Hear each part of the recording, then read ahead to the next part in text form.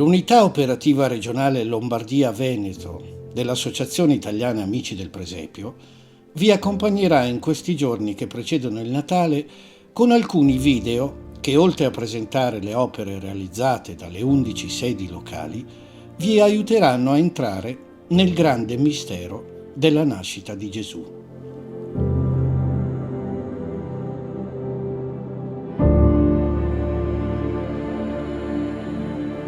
Le sedi, sparse in tutta Italia, sono parte integrante dell'Associazione Nazionale ed organizzano mostre, corsi ed altri eventi di aggregazione e divulgazione del presepe.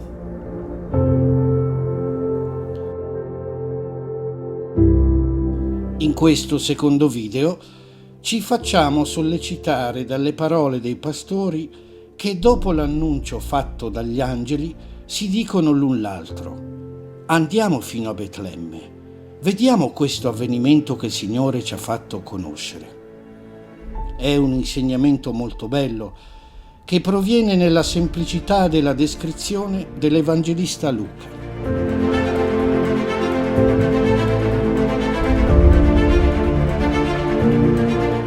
A differenza di tanta gente intenta a fare 1000 altre cose, i pastori diventano i primi testimoni dell'essenziale, cioè della salvezza che viene donata. Sono i più umili e i più poveri che sanno accogliere l'avvenimento dell'incarnazione. A Dio che ci viene incontro nel bambino Gesù, i pastori rispondono mettendosi in cammino verso di Lui, per un incontro di amore e di grato stupore. Questi sono i giorni nel quale si intensifica la nostra preparazione al Natale e lo vogliamo fare con l'atteggiamento di Giuseppe che, accanto a Maria, protegge il bambino e la sua mamma.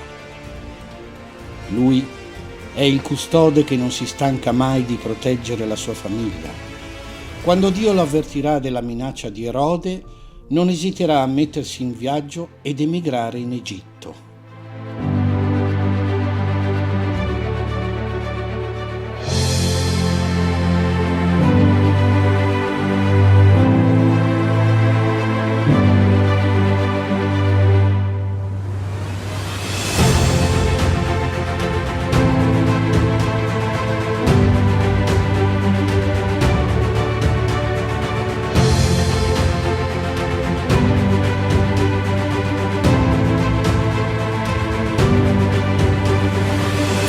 Giuseppe portava nel cuore il grande mistero che avvolgeva Gesù e Maria, sua sposa, e da uomo giusto si è sempre affidato alla volontà di Dio e l'ha messa in pratica.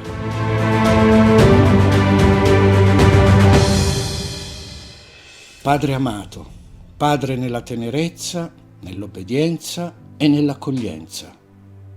Padre dal coraggio creativo, lavoratore, sempre nell'ombra.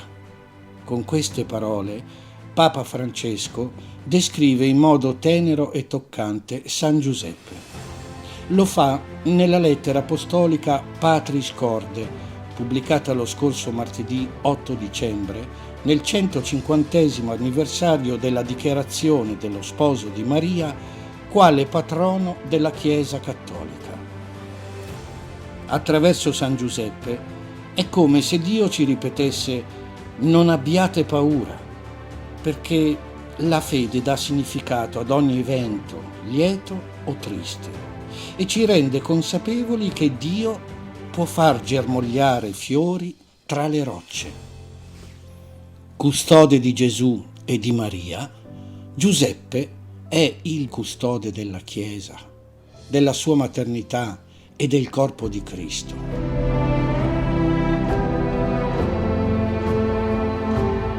Ogni bisognoso, povero, sofferente, moribondo, forestiero, carcerato, malato, è il bambino che Giuseppe custodisce e da lui bisogna imparare ad amare la Chiesa e i poveri.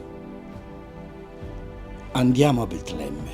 Sì, mettiamoci in cammino verso Betlemme, perché il mistero della nascita del bambino Gesù, avvolto in un'abbagliante luce divina, ha trasformato la storia umana in storia di salvezza e Betlemme è meta del nostro cammino di fede per incontrare un Dio che ha voluto incarnarsi nel tempo e nella storia.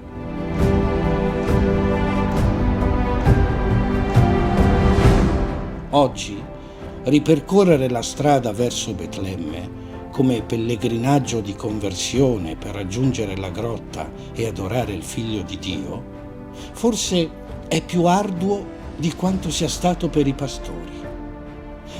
Andiamo fino a Betlemme. Il viaggio è faticoso, molto più faticoso di quanto lo sia stato per i pastori, i quali in fondo non dovettero lasciare altro che le ceneri di un bivacco, le pecore ruminanti tra i dirupi dei monti. Noi invece dobbiamo abbandonare i recinti di 100 sicurezze, i calcoli smaliziati della nostra sufficienza, per trovare chi? Andiamo a Betlemme, anche se è un cammino di fede e di conversione faticoso, difficile. L'importante è compierlo. E se invece di un Dio glorioso ci imbattiamo nella fragilità di un bambino, con tutte le connotazioni della miseria, non ci venga il dubbio di avere sbagliato percorso. Perché da quella notte le fasce della debolezza e la mangiatoia della povertà sono divenuti i simboli nuovi dell'onnipotenza di Dio.